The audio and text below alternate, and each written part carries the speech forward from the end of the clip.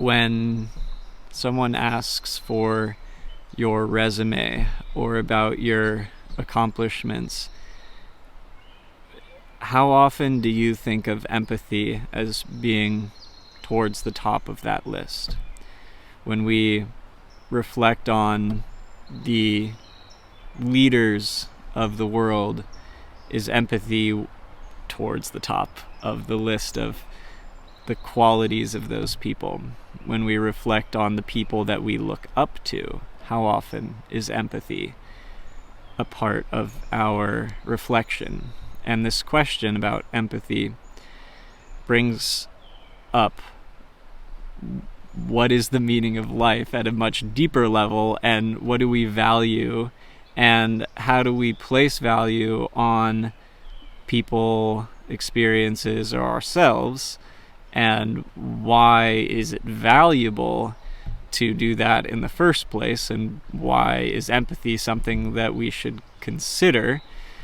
and how can we be more empathetic? That when we look at the way that society is structured, there's a certain level of empathy that is required to be a participant in society. Depending on the society that you're in, there's more empathy that's required based on the way that community or work structures or schools, etc.,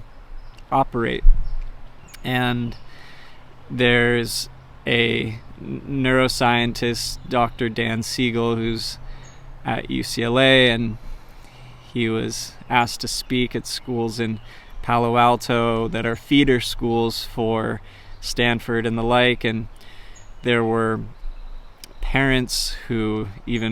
had young preschoolers who were wondering about which preschool they should get their child into so they have a better chance of getting into one of these top-notch universities. And he then was speaking at one of the high schools and sharing how getting into one of the top schools and then getting into one of the top jobs and then precipitating this consciousness of competitiveness, where does it all end? Is getting in one of the top-notch graves. Like, what is the point of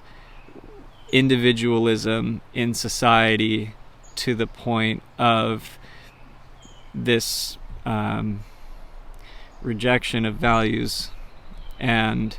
there's a reflection to see in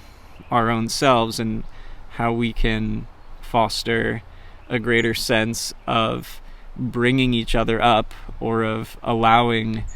ourselves to be more community oriented, or to be more friendly, or whatever the situation asks for, being a better coworker, being more compassionate in your family life, or just whoever you happen to be around walking on the street. That when we approach life from the standpoint of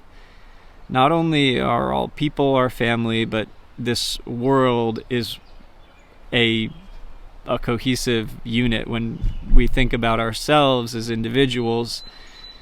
we can't help but see that the water that makes up our body was once made of clouds, or the carbon that was in our bones was once in trees or in the earth, and that our air that we breathe was breathed by the Buddha, or was breathed by Julius Caesar or Benjamin Franklin, that we are intimately interwoven into the world around us, and that goes just as well for the people around us. That